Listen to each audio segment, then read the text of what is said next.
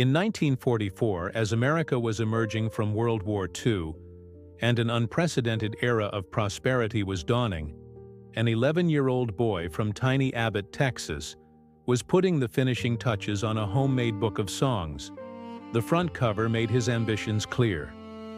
"Songs by Willie Nelson," it reads, in a rough balloon lettering.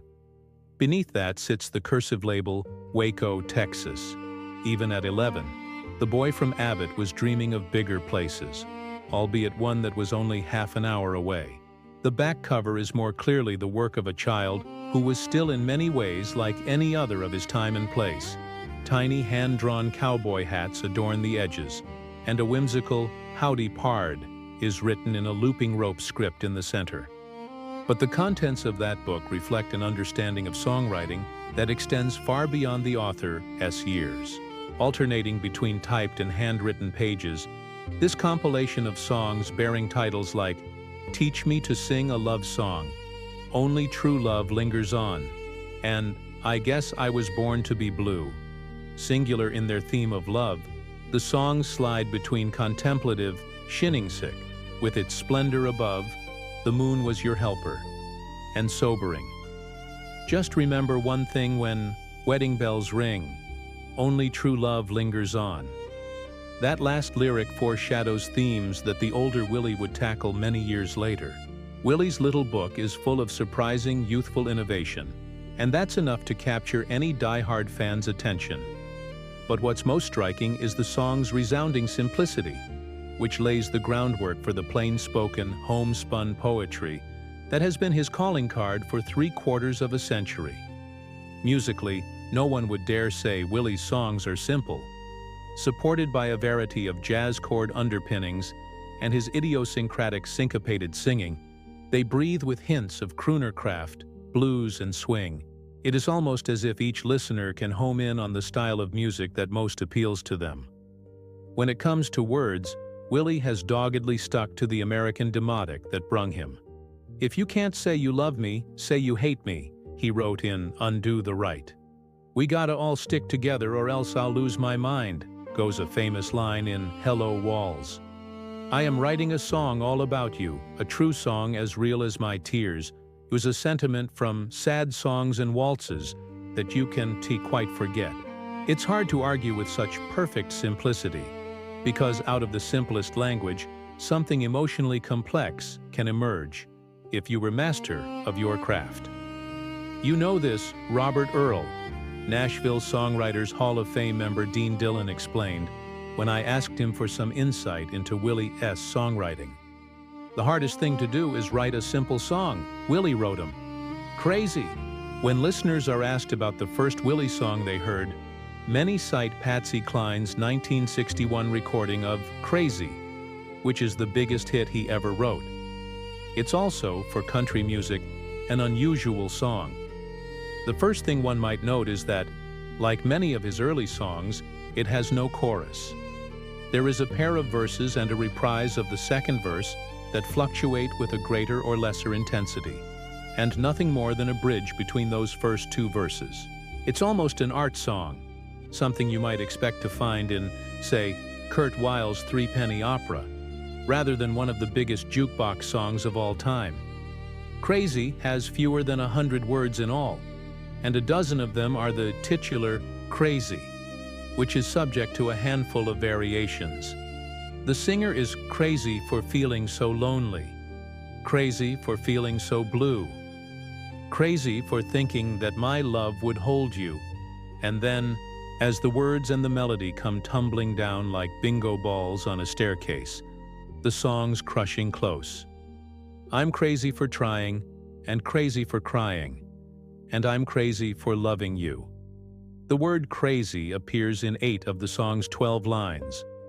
With the degree of repetition, one might think a measure of monotony would set in. However, the phrasing that weaves in and out of this is relaxed. Almost lazy melody is hypnotic. It is as if the singer and the listener are one as the Jeremiad slowly rolls out its melancholy list of woes. The words that make up the song, taken from everyday speech, are easy on the ears.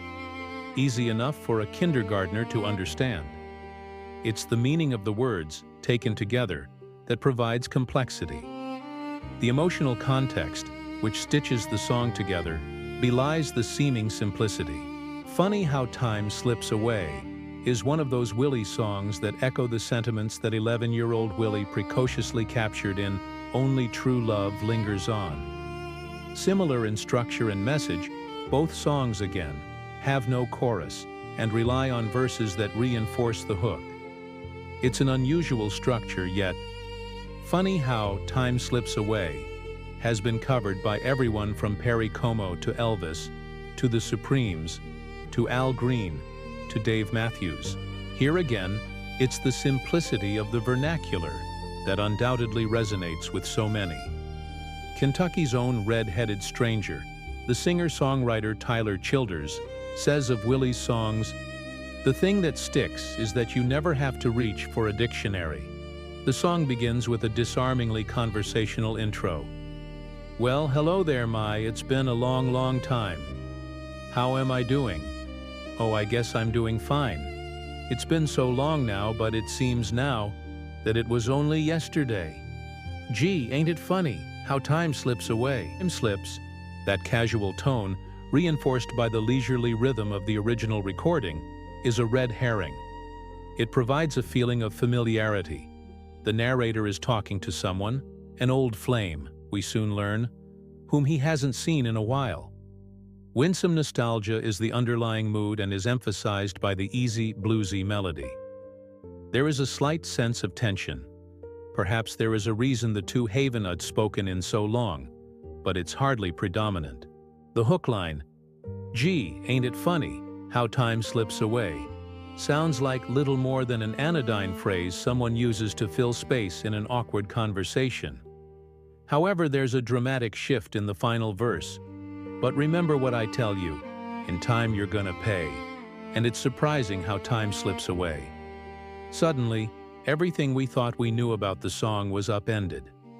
Willie tells us there is a reckoning coming and there is no telling when it'll arrive. The stage lights dim, and this little one-act play of a song comes to a close. Listening to it is thrilling enough, but imagine singing Funny How Time Slips Away, feeling its currents subtly shift, collapsing underfoot, while simultaneously realizing that the awkward conversationalist in the beginning is really a cold, calculating bastard. It's downright chilling. Can a song be simple and complex at the same time? Usually no. Simplicity has its pleasures, and so does complexity, and rarely do the two meet. Yet countless Willie songs are among those rare exceptions. The clarity in his songs is crystal, and the vocabulary is straightforward. But it's not the tail or the snout that's under scrutiny here, it's the whole elephant. And that elephant is a tremendous, unadorned, authentic, and complicated wonder. Some might call that simple, but I wouldn't. I grew up on Willie and know at least a dozen of his songs by heart. The first song I learned to play on my guitar was Hello Walls. I never wanted to be Willie, so when I started writing and performing, I clumsily forged my own path. However, because I know so many Willie songs, I've often looked to him for inspiration. This is where that troublesome simplicity question comes into play for me. I close my eyes and ask God to ask Willie, they share a condo in Maui, what I should do to get through my writer's block. I hear a rumble of thunder and then a slow, resounding E chord being strummed, and this message appears gin clear in my mind. Keep it simple, stupid.